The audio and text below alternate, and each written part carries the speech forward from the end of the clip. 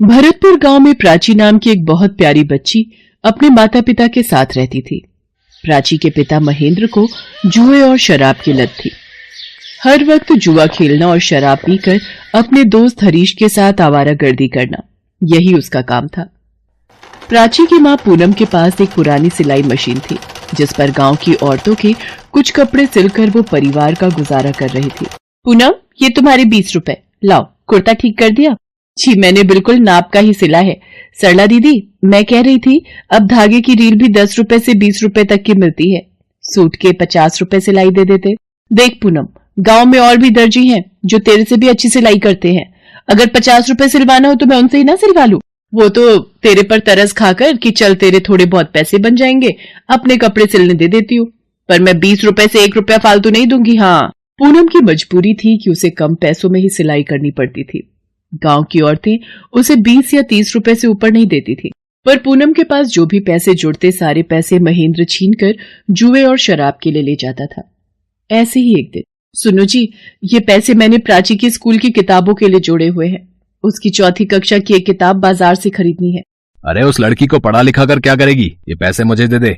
माँ, अब मेरी स्कूल की किताबें कैसे आएंगी? बापू तो सारे पैसे लेकर चले गए। अगर मैं स्कूल किताब लेकर नहीं गई तो टीचर मुझे बहुत डांटेंगी। प्राची बेटा, एक काम कर, तू कल स्कूल चली जाना, फिर मैं परसों तक कुछ पैसे जोड़कर तेरे लिए किताब जरूर खरीद लाऊंगी। अगले दिन प्राची स्कूल जाने के लिए घर से निकलती है, पर वो डर रही थी कि कहीं उसकी टीचर किताब ना लाने पर उसको सजा ना दे दे। इसलिए प्राची स्कूल ना जाकर वहीं पास में एक नदी किनारे बैठ जाती है और रोने लगती है। हमारे पास पैसे क्यों नहीं है? हम किताब क्यों नहीं खरीद सकते? भगवान जी, आप तो सबकी मदद करते हो, मेरी भी मदद करो ना। मुझे स्कूल जाना है, पढ़ना है, मुझे खूब पैसे कमाने हैं, पर अगर हम गरीब ही रहे तो मैं पढ़ाई कैसे करूंगी? कैसे अपनी माँ के सपने पूरे करूंगी? प्राची अभी रो ही रही थी कि अचानक से नदी किनारे पर बने एक पेड़ से उसे चिड़िया की चूं चूं की आवाज आती। अरे, इस चिड़िया को पिंजरे में किसने बंद किया? मैं पिंजरे को घर ले जाती हूँ। तुम्हें भूख लगी है? चलो, मैं तुम्हें घर जाकर दाना पानी दूंगी। प्राची बेटा, क्या हुआ? आज तुम स्कूल नहीं गई? और ये पिंजरे में चिड़िया कैसी? ये तुम्हें कहाँ मिला? माँ, मैं स्कूल जाने से डर रही थी। मुझे लगा अगर मैं किताब लेकर स्कूल नहीं गई तो टीचर मुझे सजा देंगी, इसलिए मैं नदी किनारे बैठ गई। तभी वहां पर एक पेड़ की डाली पर मुझे ये पिंजरा मिला।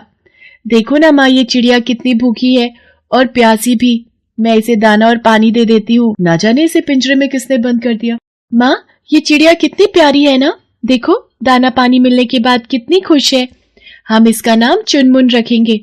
माँ, आप मेरी किताब कब लाओगे? मुझे बिना किताब के स्कूल नहीं जाना। प्राची बेटा, तू चिंता मत कर, मैं आज पूरी रात बैठकर कपड़े सिलूंगी ताकि सुबह उनकी सिलाई के पैसों से तुम्हारी किताब ला सकूं। प्राची चिड़िया के पिंजरे को साथ लिए सो जाती है। पहले एक मुसीबत कम थी, जो ये एक और मुसीबत ले आई। सुनो जी, ये चिड़िया का पिंजरा घर से बाहर मत फेंको। प्राची इसके बिना उदास हो जाएगी, वो बहुत रोएगी। रहने दो जी, इस बेजान को तकलीफ मत दो। महेंद्र जैसे ही पिंजरा उठाने लगता है, नशे में जमीन पर लुढ़क जाता है और वहीं सो जाता है।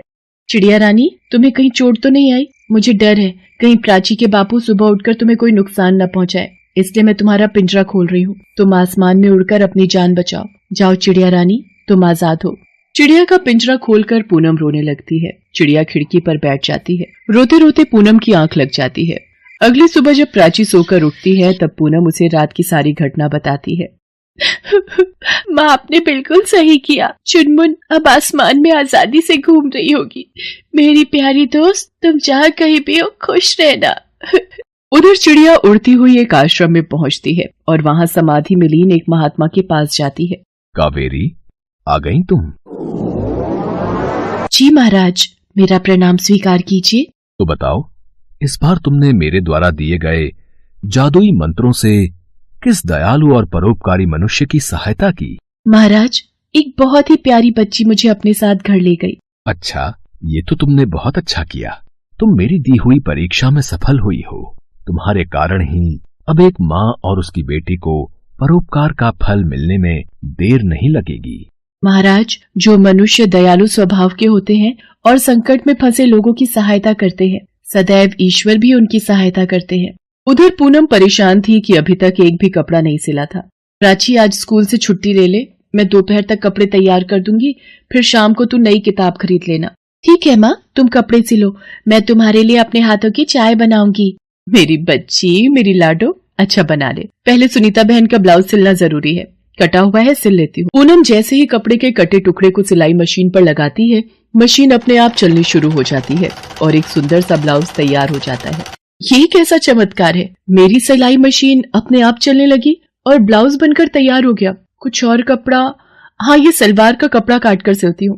अरे ये क्या, मशीन फिर से चलने लगी, मशीन ने सलवार भी सिल दी। प्राची बेटा इधर आ, जल्दी ये देख सिलाई मशीन तो जादुई मशीन बन गई। ये देख, मैं अभी सूट का कपड़ा काट कर इस मशीन पर रखूंगी।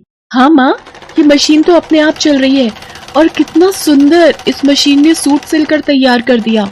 प्राची बेटा, मुझे ऐसा क्यों लग रहा है कि जिस चिड़िया को तुम घर लाई थी वो कोई मामूली चिड़िया नहीं बल्कि एक दैवीय शक्ति थी जो हम गरीबों की मदद के लिए आई थी। भगवान आपका लाख लाख शुक्र है, आपने मेरी सारी परेशानियां दूर कर दी।